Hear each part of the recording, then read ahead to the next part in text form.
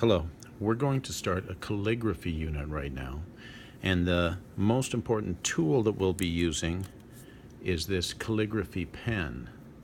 So I want you to notice that the tip of this pen is different than other pens or felt tips you may be used to using. It's wide, and I believe this one is a 5mm, so it's very wide in one direction and very thin in another. Another great resource that we're going to use will be this lined paper. It has horizontal lines that will give us clues as to where our, how large our letter parts are going to be. But then it has these vertical lines, sort of diagonal, which will aid us in knowing what slant our letter should be at. I'm going to give a very brief demonstration, so hopefully you can understand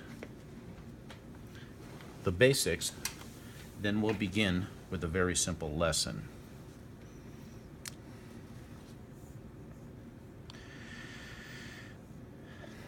I will use the spaces between these lines. I'll indicate how large our letters are going to be, and think of those as the top and the bottom of a full-size letter or an uppercase letter. I'm going to start with this. Notice that I'm coming down and following the verticals. Notice that I don't do the letter in a single stroke. I'm always trying to do a downstroke. And part of the reason for that is that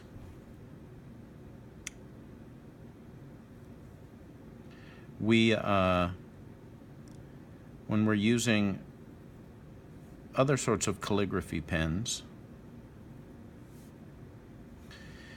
the kind that we actually dip into ink, they work best with just single direction strokes. Notice how I'm using these lines as guidelines again. This one is away from the line, but I wanted to get it slightly closer to that. Notice that the stroke is the same for my I as it was for my L, that even for the dot of the I do the same stroke. So what you're seeing is I'm holding the tip at approximately 45 degrees, and when I pull, I move my entire hand. Sometimes letters will come beneath the line, so notice I pick up and I finish that one off with a downstroke. My tip is at 45 degrees, so when I begin this stroke,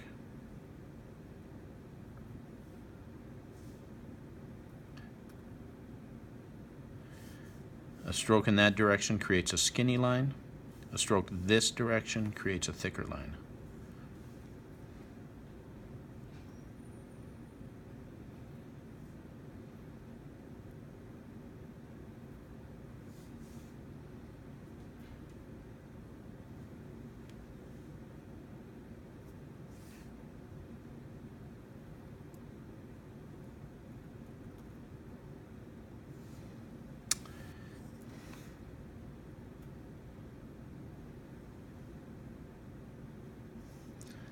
I got a little bit off there, so I'm no different than you guys.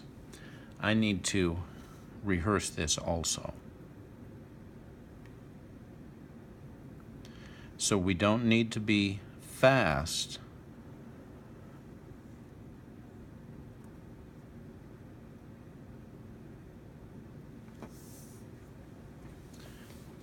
We simply need to be able to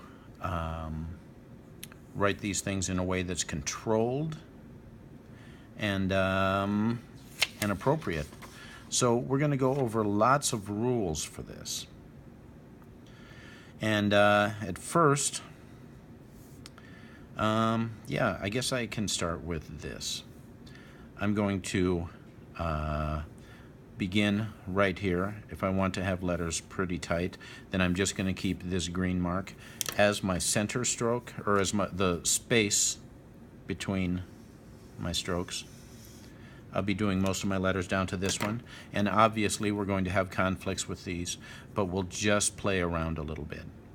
Now initially, the first stroke that we're going to work on will be that same stroke that I used on the I, the beginning of the R,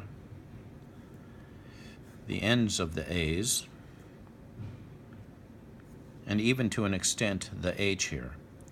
So this will be the first stroke we work on. We start with our pen at approximately a 45-degree angle. We drag up to the line and then bring it down. So notice that we can do a couple of different things here. If I go straight up, stop abruptly, then come down, and do the same stroke, notice the difference in character. This one, I'm keeping it a little bit more fluid. It's a little bit more rounded at the top and at the bottom. And there may be opportunities for us to use much more rigid and sharp strokes like that, but at first we're going to practice this one. Starting always with my pen at a 45, I come up to the line. I'm using the stroke of this line as to keep me well, to control the angle of my pen. We may want to do this for a while. Let us begin by coming up to this line and keeping the right side of our marker on that line. So after we practice these for a little bit, we may go with the full-size one, which is the same stroke we use on the L's and on the top of the H and a number of other ones. Same thing, only this time we're only going up, we're going to the top of this wider space, 45-degree angle, and notice that I'm moving my entire hand. So that's as opposed, if I just draw with my hand like this, then I'm changing the direction of my pen, and see how that stroke is just not, it doesn't have the same neatness as that. So I am going to keep this at 45-degree angles, come up to my mark, move my entire hand, and I did make that one a little sharper than I should have, didn't I? Let's see if we can fix that.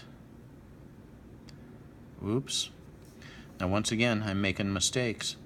I'm not following that line absolutely correctly, and so I will immediately let the mistake be, and in my next stroke I'm going to try to correct that. It's going to seem rather odd at first. We are going to fill pages with exercises, and as long as we're working hard and really attempting to have thoughtful exercises, I think that we're going to have success.